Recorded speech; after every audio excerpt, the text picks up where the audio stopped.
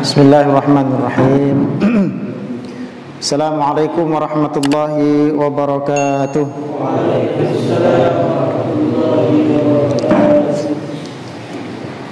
Bismillahirrahmanirrahim. Wassalatu wassalamu ala Rasulillah wa ala alihi wa ashabihi wa mawalah. Asyhadu an la ilaha illallah wahdahu la syarikalah wa asyhadu anna Muhammadan abduhu wa rasuluhu la nabiyya wa rasula ba'dah. Wala haula wala quwwata illa billah.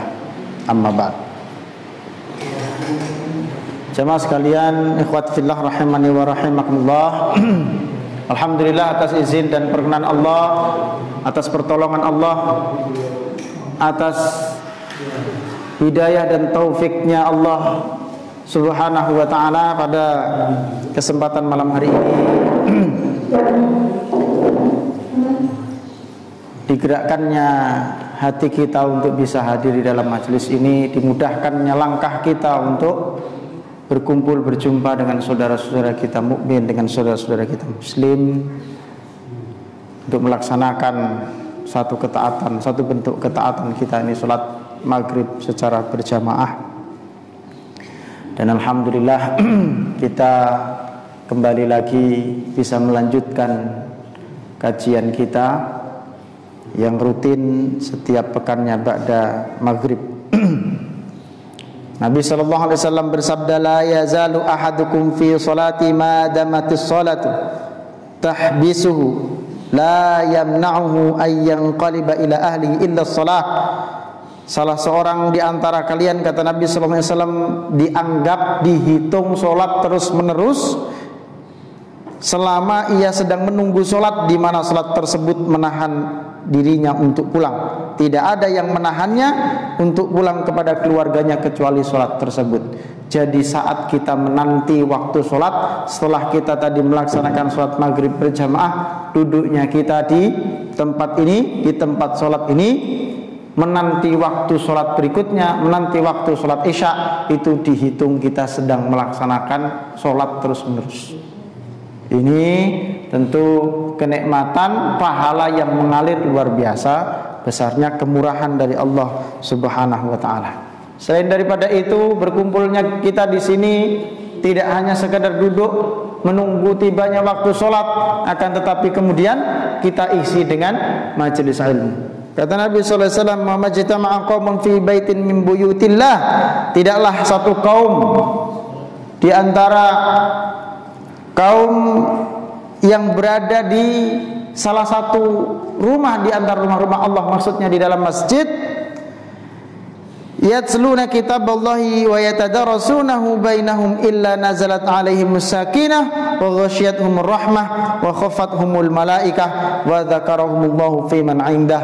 Kata Nabi sallallahu alaihi wasallam, di mana di dalam masjid itu berkumpul satu kaum, lalu kemudian di dalamnya dibacakan kitabullah, dibacakan ayat-ayat Allah, dipelajari ayat-ayat Allah itu, maka Allah Subhanahu wa taala akan menurunkan kepada mereka sakinah, ketenangan, akan diliputkan, akan dicurahkan, dicucurkan kepada mereka rahmat kasih sayang Allah, dan akan diliputi oleh para malaikat, dan akan disebut di absen satu persatu nama-nama yang hadir di dalam majelis ini di hadapan makhluk yang mulia di sisi Allah Subhanahu wa taala, yakni di hadapan para malaikat. Jadi orang yang hadir di dalam majelis ilmu di dalam masjid membahas Al-Qur'an, dibacakan Al-Qur'an, maka disebut nama yang hadir, disebut nama hadirinnya di hadapan makhluk-makhluk Allah yang mulia. Ya, jemaah yang dirahmati oleh Allah Subhanahu wa taala, ini tentu keutamaan besar yang merupakan bentuk kasih sayang Allah Subhanahu wa taala, bentuk maha murahnya Allah Subhanahu wa taala. Dan ini sudah cukup lama kemudian kita tidak rasakan karena musibah wabah yang menimpa kita. Akan tetapi jangan khawatir, selama masa beberapa waktu lamanya kemudian kita absen, tidak ada kajian-kajian di dalam majelis-majelis, kemudian kita liburkan. Kata Nabi sallallahu alaihi wasallam,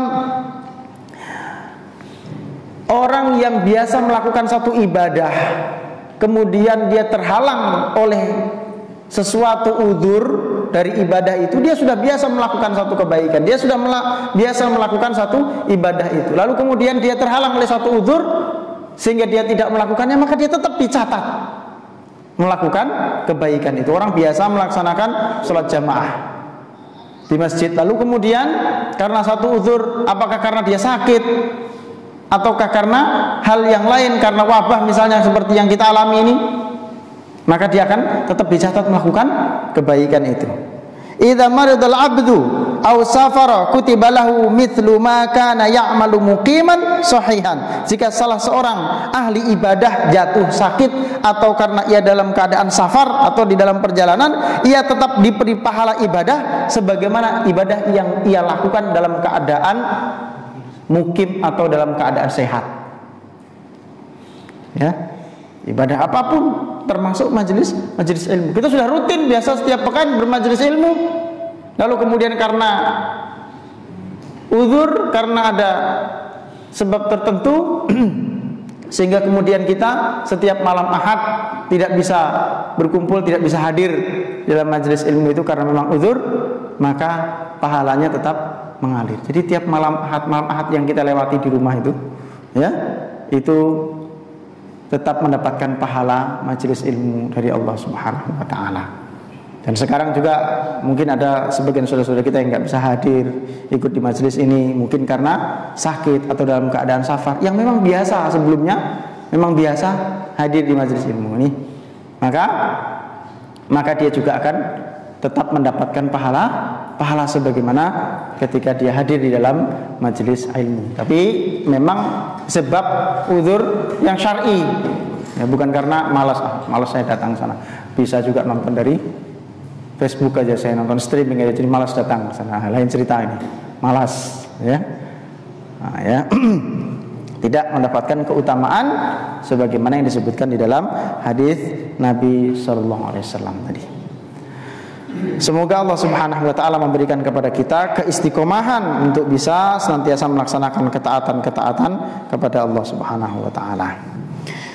Jemaah yang dirahmati oleh Allah Subhanahu wa taala, pembahasan kita pada kesempatan kali ini adalah surah Al-Infitar. Surah Al-Infitar ini termasuk surah Makkiyah sebagaimana surah-surah sebelumnya di dalam juz Amma ini, dan masih dalam tema pembahasan besar sejak dari surah An-Naba kemarin, masih membahas tentang hari kiamat, tentang peristiwa hari kiamat. Sudah kita terangkan, sudah kita bahas mengapa kemudian di dalam surah-surah Makkiyah di fase ini kemudian banyak disebutkan tentang hari kiamat. Dan surah Al-Infitar ini termasuk salah satu surah yang sangat jelas penggambarannya tentang peristiwa hari kiamat.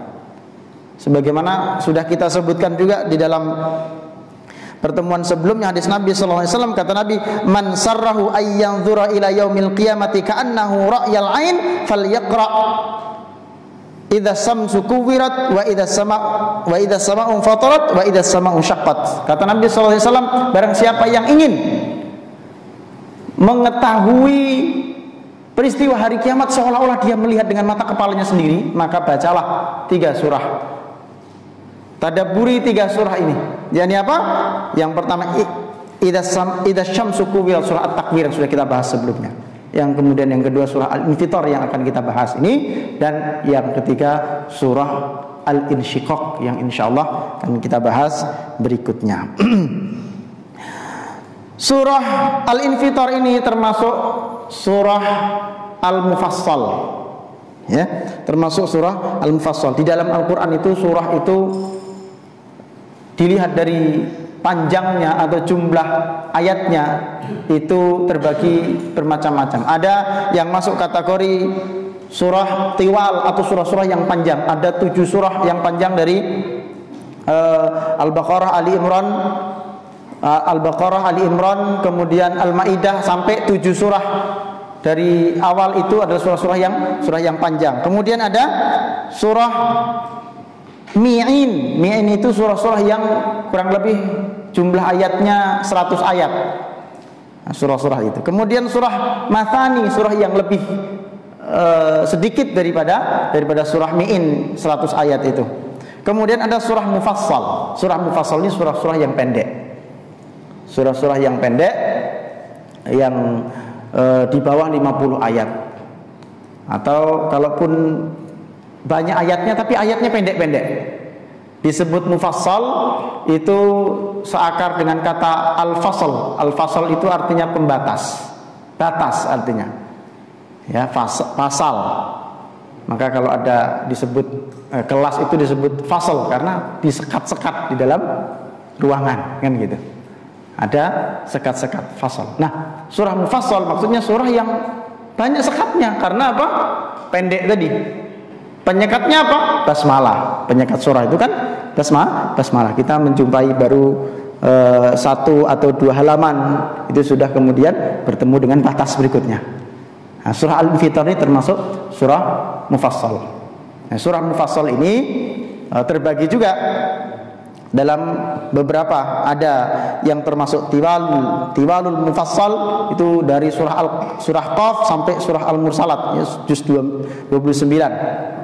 Kemudian Awsatul mufassal, surah yang pertengahan. Surah yang pertengahan tidak terlalu panjang, itu dari surah An-Naba sampai surah Ad-Duha. Kemudian yang terakhir Qisarul mufassal, itu dari Ad-Duha sampai An-Nas. Itu surah-surah yang pendek. Nah, biasa Nabi sallallahu alaihi wasallam kemudian membaca surah-surah yang panjang, surah-surah yang tiwalul mufassal, surah Qaf sampai surah Al-Mursalat juz 29, itu panjang-panjang, itu di dalam salat subuh. Kalau surah yang awsat, surah-surah yang pertengahan, nah ini biasa dibaca di salat Isya. Nah, Al-Infitar termasuk dalamnya. Ada sebuah riwayat Mu'adz bin Jabal itu kan ditugaskan oleh Rasulullah SAW kepada satu kaum untuk menjadi imam. Tapi Mu'adz bin Jabal ini kalau malam itu biasa mengikuti majelisnya Nabi SAW. Sampai Isya dia ikut majelisnya Nabi SAW, sholat Isya bersama Nabi di masjidnya Nabi. Tapi setelah sholat Isya dia pulang. Dia pulang lagi mengimami kaumnya. Nah, bagi dia sholat sunnah, bagi makmumnya sholat fardhu, sholat Isya. Nah, beliau ini bacaannya panjang-panjang. Surah Al-Baqarah, surah Al-Imran, gitu kan, ya, surah An-Nisa, gitu. Bacaannya Mu'adz bin Jabal ini. Sampai apa? Sampai orang nggak tahan. Dia baca surah Al-Baqarah, makmumnya nggak tahan di belakang, kabur makmumnya, ya, memisahkan diri. Masih Al-Fatihah, Allah, masih panjang nih, masih ceritanya pasti panjang nih. Rukuk dia langsung duluan, rukuk sendiri, selesaikan sendiri, pulang. Akhirnya dilaporkan kepada Mu'adz bin Jabal bahwa ada orang yang memisahkan diri, kabur dia, menyelesaikan sendiri, enggak berjamaah. Mu'adz bin Jabal mengomentari, apa kata Mu'adz bin Jabal, ini orang munafik katanya. Ya. Dibilang munafik, orang yang kabur tadi enggak terima. Lapor dia kepada Nabi sallallahu alaihi wasallam. Mu'adz bin Jabal dipanggil oleh Rasulullah sallallahu alaihi wasallam. Wahai Mu'adz, kamu jangan bikin fitnah. Orang dibilang munafik bahaya kan? Ya. Jangan panjang-panjang kalau baca surah waktu sholat itu, ya. Jangan panjang-panjang kalau baca surah waktu sholat. Orang kabur, orang ada keperluan, orang ada hajat, ada mungkin yang bawa anak barangkali, kan begitu, ya. Lalu apa kata Nabi sallallahu alaihi wasallam? Baca surah yang sedang-sedang saja. Baca surah Sabbihis, baca surah Ad-Duha. Termasuk disebut oleh Nabi sallallahu alaihi wasallam dalam riwayat Nasa'i, surah Al-Infitar. Nabi sallallahu alaihi wasallam sebut seperti itu dalam hadis itu. Surah Al-Infitar, surah yang kita bahas ini, ya, termasuk surah yang sedang, ya, tidak terlalu panjang dan bukan juga surah yang pendek. Nah, ini ya. Jemaah yang dirahmati oleh Allah Subhanahu wa taala, masuk kepada pembahasan ayat yang pertama, firman Allah, a'udzubillahi minasyaitonirrajim, bismillahirrahmanirrahim, idzas samaa'u fatarat. Nah, ini ayat pertama ini yang kemudian diambil potongan kalimahnya menjadi nama daripada surah ini. Al-Infitar artinya terbelah. Idzas samaa'u fatarat. apabila langit telah terbelah, idza samaa'un fatarat, apabila langit telah terbelah di hari kiamat, langit itu terbelah. Ini ayat ini 3 ayat pertama di dalam surah Al-Infitar ini menceritakan peristiwa hari kiamat yang terjadi setelah tiupan pertama. Setelah tiupan pertama, kan tiupan itu terjadi 2 kali, sudah kita bahas ya. Nah, tiupan pertama ini yang menghancurkan dan mematikan seluruh makhluk hidup ya, bahkan termasuk yang mati adalah malaikat pencabut nyawa atau malaikat maut. Nah, setelah peristiwa tiupan yang pertama ini terbelahlah langit ya. Nah, di ayat berikutnya, setelah ayat ini, ayat keempat dan ayat berikutnya, itu peristiwa yang terjadi setelah tiupan kedua. Langit yang kokoh, langit yang diciptakan oleh Allah Subhanahu wa taala sebagai atap tanpa tiang ini, yang oleh Allah Subhanahu wa taala sebut wa banaina fawqakum sab'an shidada. Allah ciptakan langit itu berlapis-lapis, 7 lapis langit yang kokoh. Maka di hari kiamat dia terbelah. Bayangkan kalau kita kemudian menyaksikan peristiwa itu. Ini kita lagi pengajian, tiba-tiba retak itu plafon itu, ya. Kira-kira bubar nggak? Insya Allah bubar. Ya, takut begitu retak, khawatir kita pasti heboh. Betapa kita akan khawatir. Bagaimana lagi kalau kemudian yang retak itu, yang robek itu, yang terbelah itu bukan cuma plafon, tapi langit yang kokoh yang 7 lapis diciptakan oleh Allah Subhanahu wa taala ini akan terbelah. Ya, akan terbelah. Ya, para ulama menjelaskan berdasarkan beberapa riwayat bahwa langit itu nanti terbelah lalu kemudian dilepas oleh Allah Subhanahu wa taala dari bingkainya, seperti melepas kalau misalnya ada seperti itu ya, ada gambar begitu di figura, maka dilepas dari figuranya. Ya, langit itu. Bayangkan kalau langit terbelah, langit itu bukan sesuatu yang kosong, ada banyak yang bergantung di langit itu. Ya. Walaqad zayyana as-samaa'a ad-dunya bimasabih.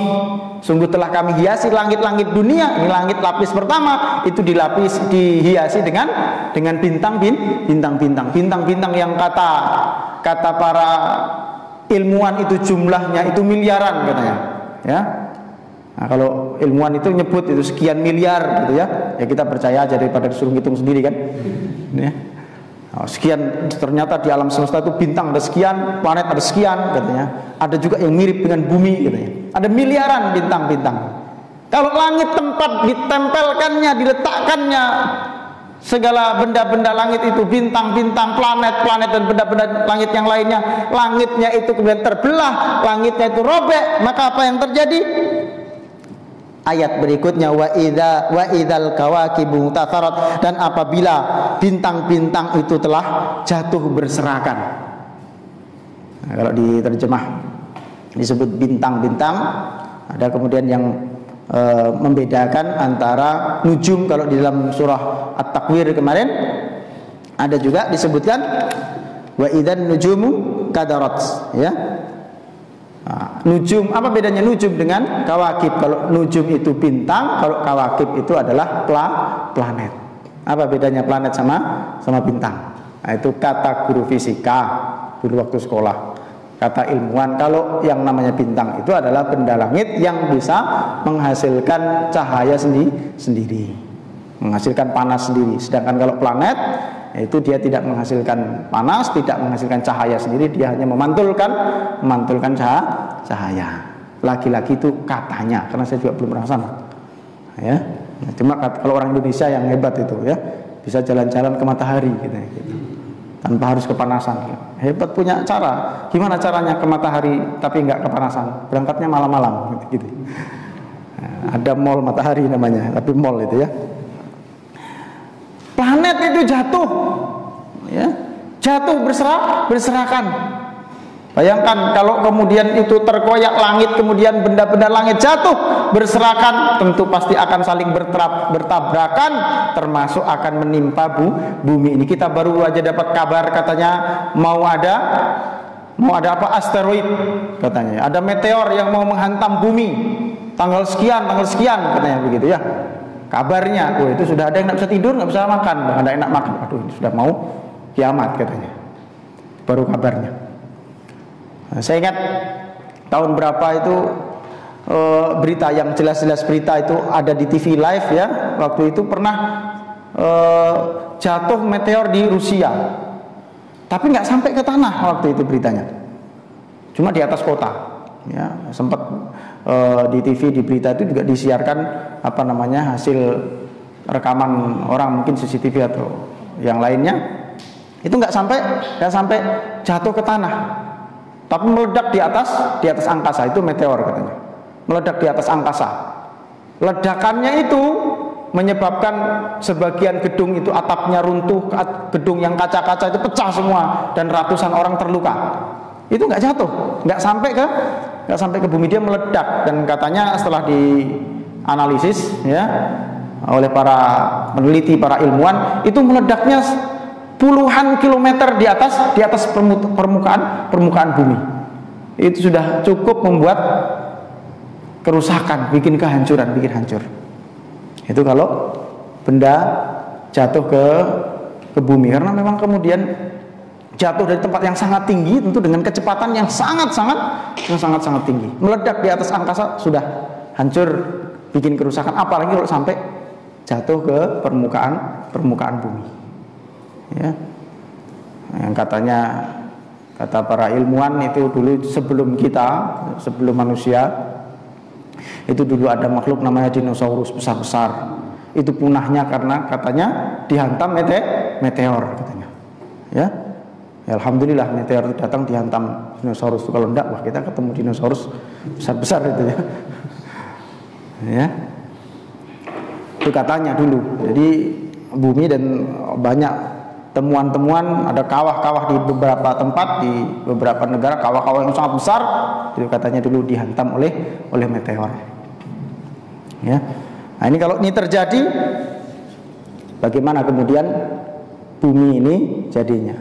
Bukan satu atau dua, itu planet-planet yang ada di sekeliling kita. Mungkin bulan itu yang ada di langit itu juga akan menghantam bumi. Betapa dahsyatnya kejadian pada waktu itu. Kita gempa saja luar biasa. Ada petir saja bersahut-sahutan, hujan deras, tiba-tiba petir menyambar-nyambar, kaget kita, takut, gemetaran. Apalagi kalau kemudian yang jatuh itu bukan cuma air dari langit itu, tapi apa? Bulan, bintang, planet-planet bertabrakan. Luar biasa peristiwa yang terjadi pada hari kiamat itu. Wa idzal biharu fujirat, dan apabila lautan dijadikan meluap, lautan itu meledak ya. Bukan cuma meluap ya, fujirat, menyembur, meledak. Bagaimana kita menyaksikan peristiwa tsunami? Tsunami itu kan meluapnya gitu ya. Tentu pas hari kiamat tentu lebih dahsyat daripada itu. Kita melihat orang lari tunggang langgang lihat tsunami. Kita yang nonton aja lihat, mungkin kita sebagian kita dapat rekamannya, mengerikan sekali kita kalau ada pada waktu itu.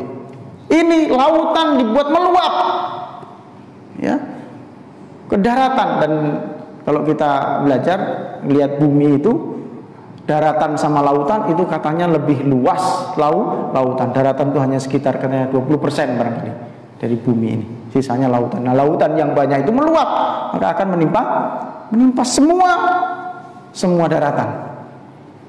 Ya, lautan akan diluapkan, bercampur dengan air tawar, lalu kemudian mengering, sebagaimana disebutkan dalam surat Takwir, sudah kita bahas. Wa idzal biharu sujirat, dan apabila lautan itu dipanaskan. Nah, dipanaskan lautan itu, laut air kalau dipanaskan maka dia akan mendidih dan akhirnya mengering, lenyap, sehingga nanti tidak ada lagi air. Ketika nanti dikumpulkan di satu padang tempat berkumpul, atau disebut kemudian dengan mahsyar. Mahsyar itu bukan namanya padang mahsyar. Mahsyar itu artinya tempat berkumpul. Tempat berkumpul. Tidak ada air nanti di sana. Tidak ada air di sana. Kenapa? Karena air sudah lenyap pada waktu itu. Wa idzal qubur bu'thirat, dan apabila kuburan itu dibongkar. Apabila kubur-kubur itu dibongkar. Jadi pada waktu itu kubur-kubur dibongkar. Kubur-kubur itu mengeluarkan isinya. Nah, ini ingat jamaah yang dirahmati oleh Allah Subhanahu wa taala, diingatkan di dalam ayat ini bahwa kita semua ini nanti akan menjadi penghuni kubur. Bahwa kita semua ini akan menjadi penghuni alam barzakh. Tidak selamanya kita akan hidup di dunia ini. Kita semua ini calon mayit. Nah, jamaah yang dirahmati oleh Allah Subhanahu wa taala, tidak lama kita ini hidup. Kita hidup di atas bumi dengan di bawah bumi, hidup di atas tanah dengan di bawah tanah, tinggal di atas tanah dengan di bawah tanah, itu lama mana kira-kira? Lama di bawah tanah. Maka persiapkan untuk kita tinggal di bawah tanah itu, daripada kita hidup di atas tanah ini, untuk mempersiapkan keadaan kita nanti di bawah tanah, dikubur itu nanti. Ya. Kita ini dikasih hidup sekian puluh tahun, ada yang sudah 30 tahun, 40 tahun, 50 tahun, dah banyak yang mulai betah, udah nggak mau mati kayaknya. Enak juga kayaknya hidup di dunia ini, ya, nggak mau meninggalkan dunia ini. Padahal kita pasti nanti akan meninggalkan dunia ini. Dengan segala apa yang kita miliki ini, pasti kita akan dipisahkan. Kita pasti akan diwafatkan. Maka seberapapun kemudian hebatnya kita hidup di atas muka bumi ini, di atas tanah ini, betapapun kayanya kita ini, jangan lupa bahwa kita pasti akan meninggalkan semua yang kita miliki ini. Kita pasti akan berpisah dan kita akan tinggal di bawah tanah ini. Demikian juga ketika kita mengalami kesengsaraan, kesusahan hidup, jangan khawatir, itu nggak lama. Hidup kita ini sebentar aja, nggak lama. Setelah itu kita akan mati. Maka persiapkan, kalau kita nggak bisa menikmati hidup di dunia ini, di atas tanah ini, maka persiapkan agar kita bisa menikmati tempat tinggal kita di bawah tanah. Karena ada yang kemudian oleh Allah Subhanahu wa taala, orang-orang mukmin yang beramal soleh, orang yang taat kepada Allah Subhanahu wa taala, maka akan diberikan kehidupan yang baik di alam kuburnya. Tapi sebaliknya, orang-orang yang durhaka kepada Allah, maka akan diberikan azab di alam kuburnya. Jangan sampai kemudian sudah kita susah di dunia, lalu kemudian susah lagi di alam kubur. Ketika kita mati, maka itu adalah pemisah kita dengan segala kesusahan di dunia ini. Tapi jangan lupa, itu bukan akhir daripada perjalanan hidup kita. Kita akan masuk ke dalam perjalanan kehidupan yang berikutnya, itu di alam barzakh. Maka orang yang mengakhiri hidupnya, mengakhiri katanya frustasi karena masalahnya, supaya nggak menghadapi masalah, saya mati aja. Nah, ini orang yang paling bodoh. Disangkanya begitu mati selesai urusannya, ya. Padahal dia memulai urusan baru yang lebih besar, dan dia tidak bisa kembali, ya, tidak bisa kembali. Nah, kalau nyesalnya masih hidup, bisa kita perbaiki masih. Tapi kalau nyesalnya sudah mati, nggak bisa lagi kita kembali. Nah, orang paling bodoh kalau kemudian mengakhiri hidupnya gara-gara frustasi menghadapi hidup di dunia ini. Saya mati aja lah, selesai sudah. Hanya orang-orang yang tidak percaya hari akhir, tidak percaya adanya hari kiamat, menganggap selesai masalahnya kalau sudah mati. Memang selesai masalah di atas tanah, di atas dunia ini sudah selesai, ya. Tapi ada masalah baru yang menanti kita.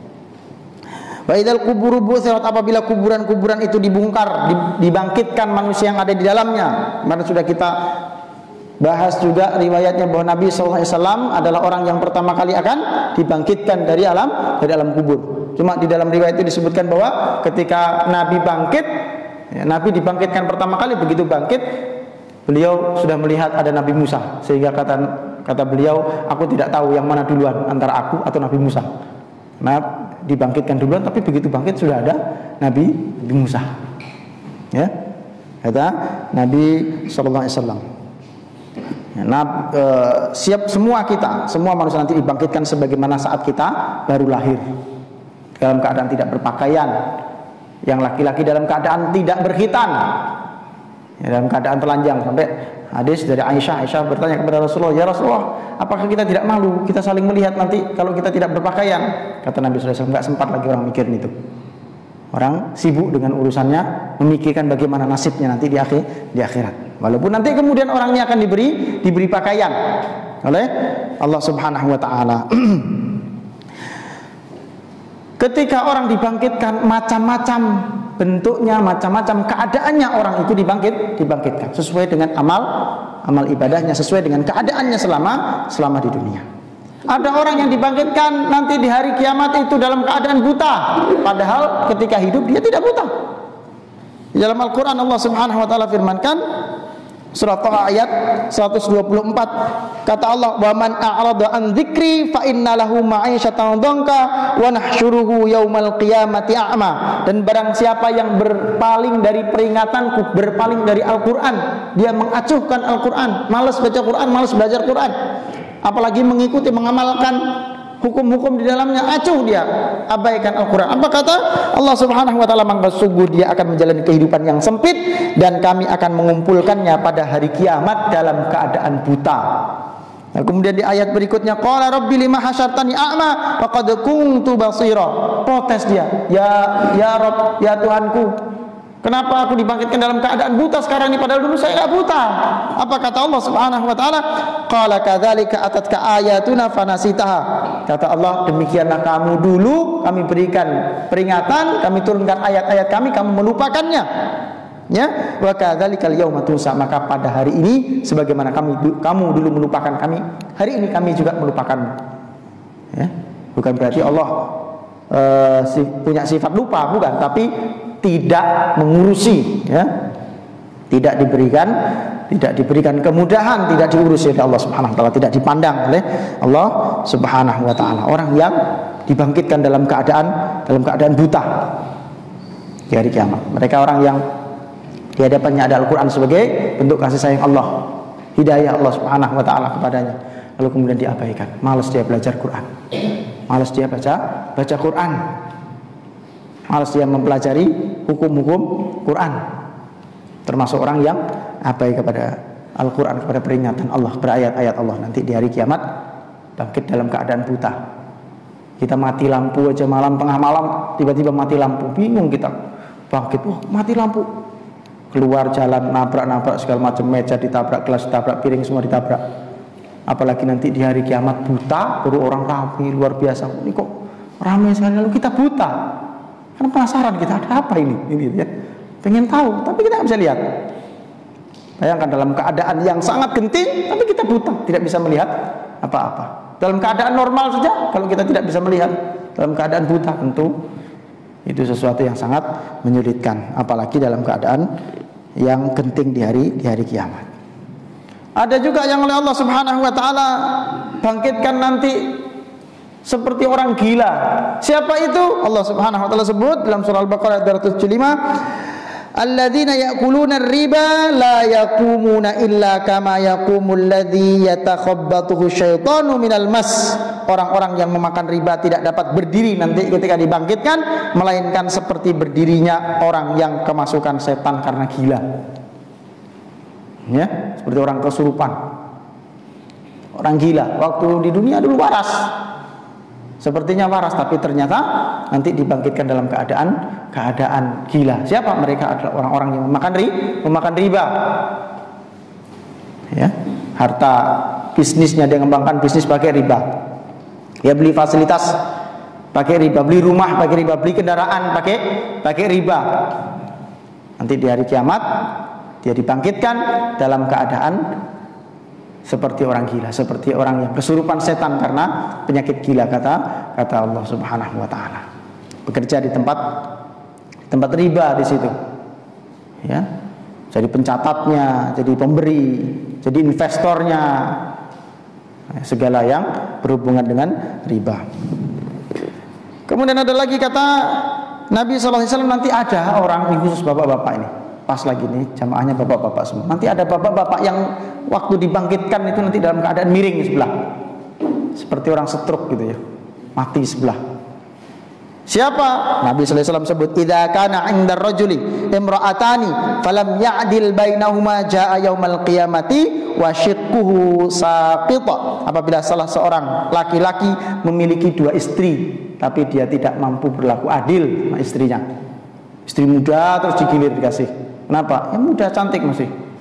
Ya, istri tua diabaikan, dibohongi terus misalnya gitu ya.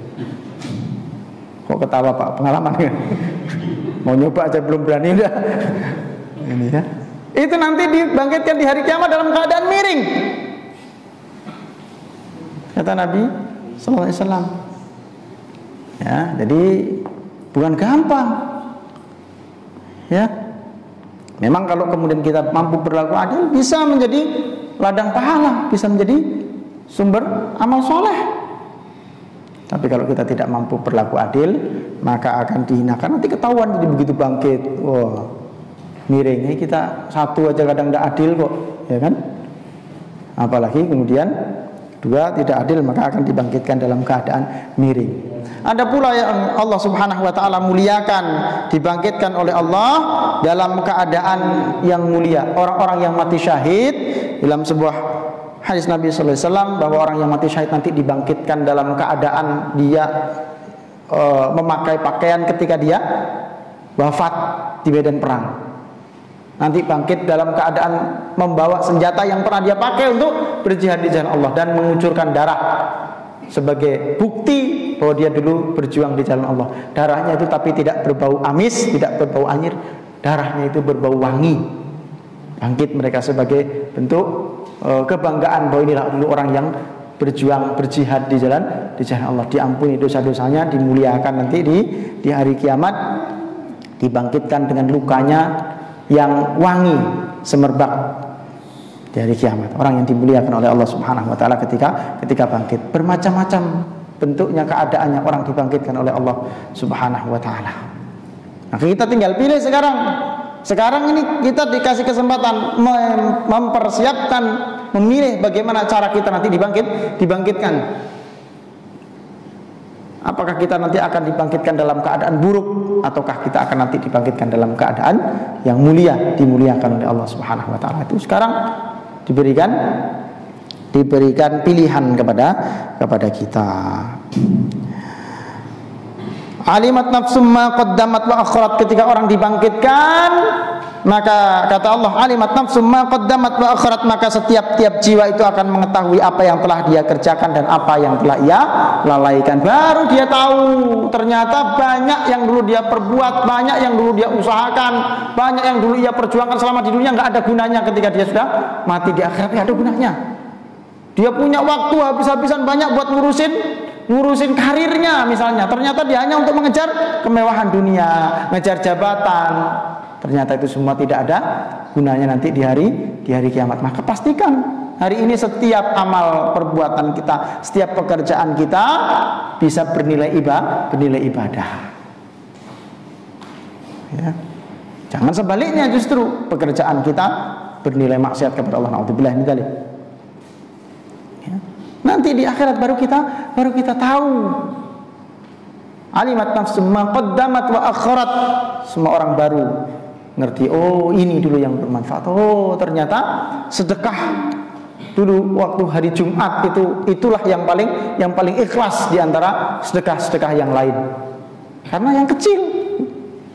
Oh ternyata yang 2000 itu yang menolong saya di hari kiamat. Rupanya dulu yang saya nyumbang 1 juta malah nggak bermanfaat. Kenapa?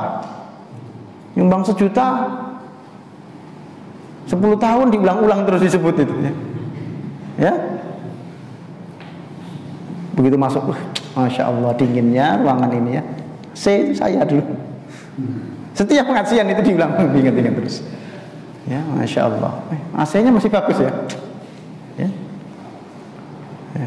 Tapi yang 2000 dia lupa, tidak ingat, tidak akan ngomong itu dulu. Ini kan celengan yang kemarin saya masuk ke 2000, nggak ada orang kan bangga seperti itu kan, ya.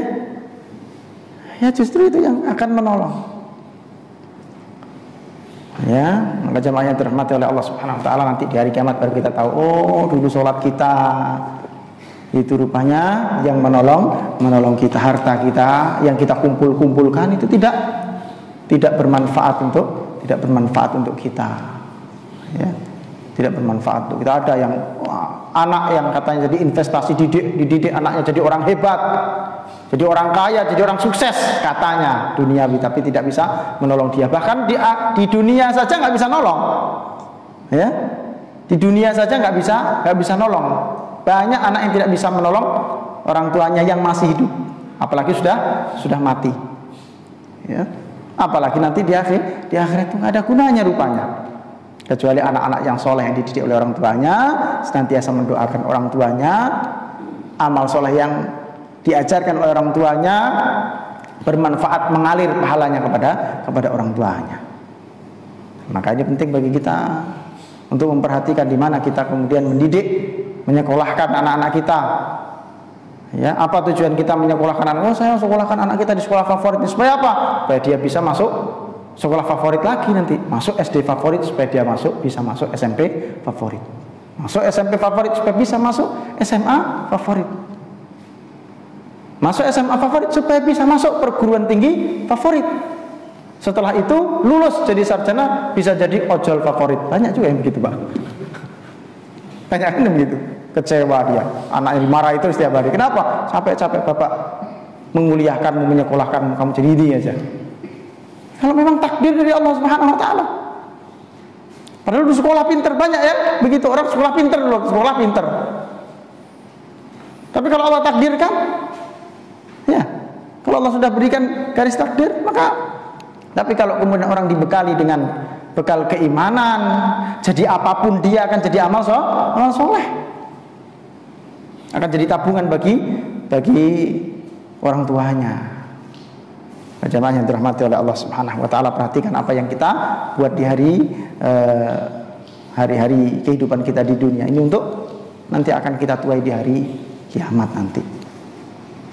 Ya, sedekah kita, amal soleh kita, perjuangan kita di jalan Allah, dakwah kita, itu ternyata nanti yang akan menolong kita. Oh, bahkan dulu, oh ini hebat nih dakwah ini, ustadz ini ceramahnya hebat, ternyata belum tentu ini kemudian bisa menolong. Kenapa? Belum tentu ikhlas. Yang ikhlas ternyata dulu yang menyebarkan pamflet, nggak sengaja menyebarkan pamflet, isinya nasihat, isinya ngajak untuk infak, ngajak untuk kurban. Oh, rupanya itu yang dapat pahala. Nah, bisa jadi kan gitu. Jamaah yang dirahmati oleh Allah, mumpung kemudian masih diberikan oleh Allah Subhanahu wa taala kesempatan untuk hidup, kita manfaatkan dengan sungguh-sungguh untuk mempersiapkan kehidupan kita di akhirat, di hari kiamat kelak. Dan dia katakan di dalam Al-Quran bahwa nanti yang paling diidam-idamkan oleh orang yang sudah wafat, orang yang sudah mati, ingin hidup kembali, yang paling ingin dilakukan adalah bersedekah. Sebagaimana disebutkan dalam surah Al-Munafiqun ayat 10, Rabbi laula akhartani ila ajalin qarib fa asaddaq. Ya Rabbku, ya Tuhanku, seandainya bisa aku dikembalikan sebentar saja kepada kehidupan di dunia ini. Untuk apa? Untuk bersedekah. Ya, bukan berarti sholat nggak penting, bukan. Tapi rupanya sedekah ini yang kemudian bisa dia lihat betul manfaatnya. Ya, dia infak di sini 50.000 dibelikan lampu. Tiap hari orang belajar agama pakai lampu yang diinfakkan ini. Ya, dapat ilmu. Orang yang berilmu itu dapat ilmu, kemudian dia beramal. Setiap amalnya dia dapatkan dari sedekah itu, dari infaknya itu, dari wakafnya itu. Ya. Maka dalam hadis Nabi sallallahu alaihi wasallam juga sebutkan bahwa sedekah itu nanti akan menjadi penaung di hari kiamat. Setiap orang nanti akan bernaung di bawah naungan sedekahnya. Itulah sebabnya kemudian orang nanti yang diangan-angankan untuk bisa kembali hidup di dunia ini adalah agar dia bisa bersedekah. Ya ayyuhal insanu ma gharraka bi rabbikal karim. Wahai manusia, Apakah yang telah memperdayakan kamu sehingga kamu menjadi durhaka terhadap Tuhanmu yang maha pemurah? Ya ayyuhal insan, dipanggil oleh Allah Subhanahu wa taala, wahai manusia. Kalau dipanggil seperti ini, maka ini adalah peringatan dari Allah Subhanahu wa taala. Peringatan, kenapa selalu diberi peringatan? Karena manusia memang suka lupa. Maka dipanggil juga dengan sebutan al-insan. Al-insan itu seakar kata dengan kata nisyan. Nisyan itu artinya lupa. Manusia memang gampang lupa. Al-insanu mahalul khata' wan nisyan. Katanya manusia itu adalah tempatnya salah dan lupa. Diberi peringatan sekali, ingat sekarang, besok belum tentu ingat. Materi kajian hari ini, insya Allah minggu depan 10% ingat top sudah itu, ya. Nah, maka penting untuk dicatat. Bagus yang membawa catatan. Kata Imam Syafi'i, al-ilmu sayyidun wal kitabatu qayyidu. Ilmu itu seperti binatang buruan dan catatan itu adalah pengikatnya. Qayyid suyudaka bil hibalil wathiqah. Maka ikatlah buruanmu itu dengan tali yang sangat kuat, yang sangat kokoh. Karena kita gampang lupa, bisa dibuka catatannya kalau ingin. Oh, kemarin itu ini poinnya yang pernah kita kaji, ya. Apakah yang memperdayakan kamu sehingga kamu durhaka kepada Rabb? Kenapa kok dulu durhaka? Apa yang bikin kita lalai sama Allah? Oh, keluarganya, dia punya anak bikin lalai rupanya. Ada orang yang akhirnya lalai sama anaknya. Kenapa? Sibuk bermain-main, sibuk mengurusi anaknya, lupa menuntut ilmu, lupa ibadah. Sibuk ngurusi istrinya, baru istri, belum istri sudah sibuk sampai nggak sempat datang pengajian, ya, nggak sempat datang majelis ilmu. Apalagi yang sudah nggak datang pengajian, padahal jomblo kan nikah gitu ya. Tapi ngakunya sibuk, pengajian sibuk Ustaz. Masya Allah, ini ya. Itu bukan membuli, hanya mengingatkan, ya. Diperdaya orang oleh jabatannya, karena ngurus jabatannya, mempertahankan jabatannya, nggak ingat dia ngurus akhirat, nggak ingat dia mempersiapkan hidupannya di hari kiamat. Sibuk mempertahankan jabatannya, ya. Dikasih jabatan orang, semua orang kan pengen jabatan, akhirnya diundi kan, jabatan diundi karena kan diundi, yuk pilih, keluar namanya, tapi dibatasi ya, kamu 2 periode, begitu naik 2 periode, pengen juga, wah kalau cuma 2 periode kurang, bikin undang-undang kalau bisa seumur hidup, kan gitu kan, ya, kalau bisa bikin undang-undang seumur hidup, ya. Tapi jabatannya ternyata memperdaya dia, tidak membuat dia dekat dengan Allah Subhanahu wa taala. Bahkan dia durhaka kepada Allah, tidak menegakkan hukum-hukum Allah, bahkan merobohkan hukum Allah dengan jabatannya itu. Lalai karena jabatannya, lalai karena hartanya, lalai karena bisnisnya, dia nggak ingat Allah Subhanahu wa taala, ya. Dilalaikan oleh keluarganya, dilalaikan oleh kejahilannya. Berkaitan dengan ayat ini, seorang ulama Fudail bin Iyad atau biasa kemudian dikenal dengan Qadhi Iyad, ya, mengatakan, kalau aku ditanya mengapa aku terperdaya sehingga mudah melakukan maksiat, kata beliau, aku terperdaya karena Allah menutup aib-aibku. Itu salah satu yang membuat aku terperdaya. Nah, ini memang adalah sesuatu yang sangat memperdaya kita. Kenapa kita kemudian merasa aman? Orang itu merasa aman berbuat maksiat karena nggak ketahuan, ya. Koruptor tuh akan dia korupsi terus kalau dia tidak ketahuan, kalau masih tertutup. Makanya kata orang, koruptor itu tidak disebut koruptor kalau belum tertangkap, ya. Jadi tidak semua orang yang korupsi disebut koruptor. Kalau dia korupsi belum ketahuan, namanya mungkin masih gubernur, namanya masih bupati, namanya masih camat. Walaupun dia korupsi bukan koruptor, begitu ketangkap baru namanya berubah jadi koruptor. Ditutup aibnya, oh makin senang dia, makin banyak. Wah, kenapa nggak ketahuan? Hari ini 1 miliar, nggak ketahuan. Bikin lagi besok 2 miliar, nggak ketahuan lagi. Ya, bahkan gampang tobat dosa, kan kita tobat. Korupsi 1 miliar, besok berangkat umroh sekeluarga. 200 juta berangkat umroh, nangis di depan Ka'bah, diampuni dosa. Gitu, menurut dia. Padahal dia mendolimi orang, jutaan orang. Kalau harta yang diambil itu harta rakyat, 250 juta lebih rakyat Indonesia itu yang harus kemudian dia kembalikan haknya. Nanti di hari kiamat kan ada orang yang mendolimi orang itu, amal solehnya banyak, dia sedekah banyak, sholatnya nangis-nangis, sholat malam, sholat 5 waktu di masjid, tapi dia korupsi, mendolimi, 250 juta rakyat Indonesia nanti datang kepada dia, menagih, meminta pahalanya dia diberikan kepada. Bayangkan 250 juta, kira-kira cukup nggak amal solehnya? Bangkrut insya Allah.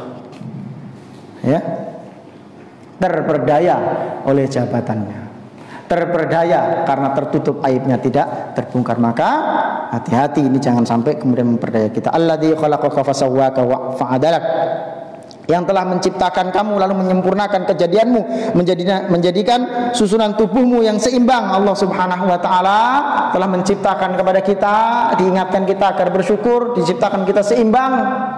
Makhluk Allah yang baik, penciptaan fisiknya seimbang, inilah manusia. Segala sesuatu diciptakan Allah seimbang. Diberi tangan kita kanan dan kiri, panjangnya sama, seimbang. Kalau panjang sebelah pasti nggak enak dilihat, ya. Dikasih kita telinga 2, lebarnya pas. Makanya gagah, bapak-bapak ini gagah karena telinganya pas lebarnya. Kelebaran pasti nggak enak dilihat. Hidungnya itu menghadap ke bawah, lubangnya 2. Kalau menghadap ke atas 2 itu fungsinya luar biasa. Ya, dibuat oleh Allah Subhanahu wa taala seimbang. Rambut bikin gagah antum pakai rambut ini, tapi beda-beda juga. Ya. Rambut yang ini bisa memanjang, antum bisa panjangkan tambah gagah. Ya. Jenggot memanjang juga, tapi lebih lambat daripada rambut. Ya. Alis, bulu mata bisa juga tumbuh. Antum potong nggak percaya tumbuh lagi dia. Tapi terbatas sampai situ aja.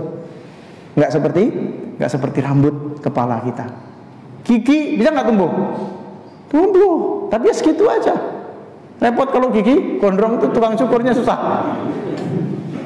Kalau harus tumbuh seperti rambut seimbang, Allah ciptakan kita.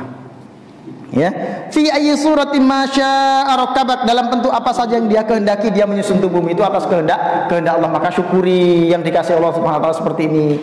Ya, kasih wajah apa adanya seperti sekarang ini, disyukuri. Ada yang dikasih Allah hidungnya pesek, ada yang dikasih Allah hidungnya mancung, ada yang kulitnya hitam, kulitnya putih, disyukuri. Kita nggak request, maka ini yang terbaik untuk kita, yang paling cocok untuk kita. Kita nggak bisa request, sehebat apapun nggak ada, belum pernah ada yang bisa. Teknologi sampai sekarang belum pernah saya tahu ada teknologi yang membuat, dok, bagaimana Pak Dokter caranya saya punya anak ganteng? Wah, kamu harus cari pasangan yang bisa memperbaiki keturunan, gitu. Kamu kan hitam tapi mancung hidung, cari istri yang putih, ya. Dapat putih tapi pesek, gitu. Ternyata begitu nikah harapannya putih tapi mancung, jadinya malah hitam tapi pesek. Nggak sesuai dengan harapan kita. Nggak bisa kita request, karena belum tentu juga anak yang lahir itu sama dengan kita. Adalah sebuah hadis Nabi Sallallahu Alaihi Wasallam, pernah ada seorang sahabat itu ngomong ke Nabi, dia curiga sama istrinya, ya Rasulullah, anak saya itu kulitnya hitam. Kenapa? Padahal dia putih. Ya, dia mencurigai istrinya. Kata Nabi, coba, kamu punya anak unta. Ada anaknya? Ada. Anaknya warnanya lain-lain kan? Iya, ada yang warnanya merah, ada yang warnanya belang kan gitu, ada yang warnanya hitam. Begitu ya. Padahal ibunya misalnya coklat, tapi anaknya bisa ada yang hitam. Pernah lihat kucing beranak? Anaknya 3, ibunya warna putih, anaknya warna belang-belang, warna hitam, kan gitu. Ya, ternyata bapaknya juga putih, kan gitu. Dari mana? Apa kata Nabi Sallallahu Alaihi Wasallam? Bisa jadi itu keturunan dari nenek moyangnya dulu. Oh, gitu. Ya, ada yang merasa mungkin punya anak lahir kok ganteng betul anakku ya, gitu ya. Jangan-jangan ini istri saya sama siapa ini? Oh, nggak mirip saya, nggak mirip istri saya, gitu kan? Ya. Aduh, nggak usah curiga, bisa jadi itu keturunan dari nenek moyangnya dulu. Itu semua karunia Allah, tidak di request. Fi ayyi suratin ma syaa rakabak, dalam bentuk apa saja yang dia kehendaki Allah menyusun susunan tubuhmu itu. Kalla bal tukadzibuna biddin, bukan hanya durhaka, bahkan kamu mendustakan hari pembalasan, ya, tidak bersyukur kepada Allah Subhanahu wa taala dan kemudian tidak mempersiapkan diri untuk hari pembalasan. Jemaah yang dirahmati oleh Allah Subhanahu wa taala, demikian kiranya yang dapat kita uraikan, mudah-mudahan ada manfaatnya di kesempatan yang singkat ini. Mudah-mudahan di lain waktu kita bisa mengambil pelajaran lebih banyak lagi, dimudahkan, diistiqomahkan oleh Allah Subhanahu wa taala, dan segala kesulitan, segala musibah dicabut, sehingga kemudian dimudahkan kita untuk taat kepada Allah. Amin ya rabbal alamin. Semoga kita dijumpakan oleh Allah Subhanahu wa taala kelak di surganya Allah Subhanahu wa taala. Subhanakallah wa bihamdika asyhadu an la ilaha illa anta astaghfiruka wa atubu ilaik. Walhamdulillahirabbil alamin. Wassalamu alaikum warahmatullahi wabarakatuh.